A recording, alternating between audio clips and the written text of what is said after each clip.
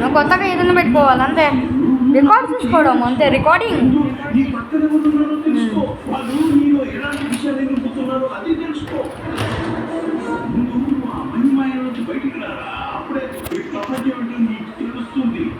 నువ్వు ఎక్కడున్నావు నీకు అర్థమవుతుంది.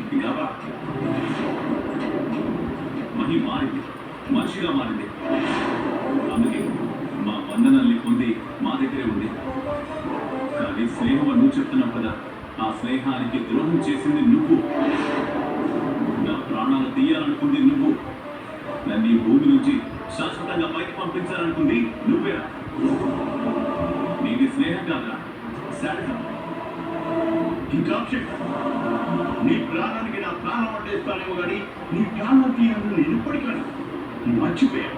ఈ రోజు నువ్వు ఈ స్థాయిలో ఉన్నావంటే దాని కారణం ఆ రోజు నా కూతురు కోసం దాచుకున్న డబ్బులు నీ ఎదుగుదలకి నీ వాడు. అది నువ్వంటే నాకు నా గౌరవం. నువ్వు ఎదుగుతున్నప్పుడల్లా నా స్నేహితుడు గొప్పవాడు అవుతున్నాడని ఎంతో ముడిచిపోయావా. అది నేను నీ పట్ల ఆలోచించి అది బాగా కన్నీళ్ళు పెట్టుకున్నా. అదిరా మన స్నేహానికి నేను ఇచ్చే విలువ. ఎక్కడ ఆపదలు పడతామని నేను అన్ని విలువల కాపాడుతున్నా. అది మన బంధం పట్ల నేను చూపించిన బాధ్యత. ఎప్పుడు తెలుసుకుంటావు?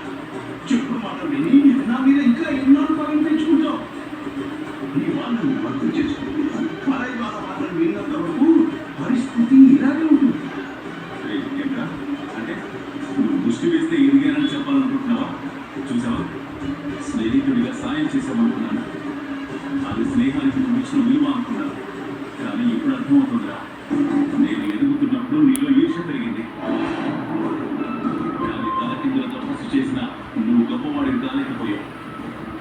అది జీర్ణించుకోలేక సమయం కోసం ఎదురు చూశావు. మళ్ళీ రేఖ మమ్మల్ని మోసం చేస్తే నీకు ఒక అవకాశం వచ్చింది. మంచిగా మాతో నటించావు. మా అందరి మనసును గెలుచుకుని మమ్మల్ని ముంచేయాలని చూశావు. ఇక నా దగ్గర పెరుగుతున్న మనవరాల మీద కూడా నువ్వు పగను పెంచుకున్నావు.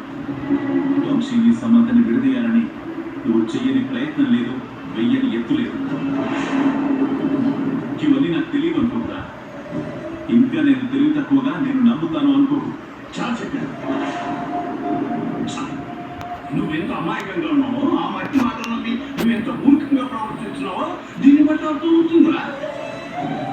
కానీ ఒక్కడు గుర్తుపెట్టుకోరా, నువ్వు నా మీద శత్రుత్వాన్ని పెంచుకున్నా, నన్ను కాదు అని దూరం పెట్టినా నీకు నీ కుటుంబానికి ఏమి జరగకుండా చూసే బాధ్యత నాది. నీ జోలికి పలిచిన చివరికి నువ్వు నూతున్నా వచ్చిన వాళ్ళ ప్రాణాలు తీసేస్తాను. అందులో సందేహమే లేదు. ఇంట్లో ఉన్న అందరం ముడికి పెట్టాము. ఇక ఇంట్లో ఉన్నది ఎవరు? ఇదిగో ఈవిడ కథే.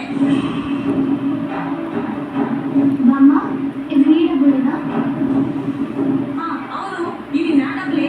నీకెక్కడ దొరికాయి? అవి మా గదిలో ఉన్నాయి. నేను ఎక్కడ చూస్తున్నా, నేను వీడియో రికార్డ్ చేస్తున్నా అంతే. 3 సార్లు చేస్తా అంతే. పెద్దది చేస్తున్నా, చిన్నది కాదు.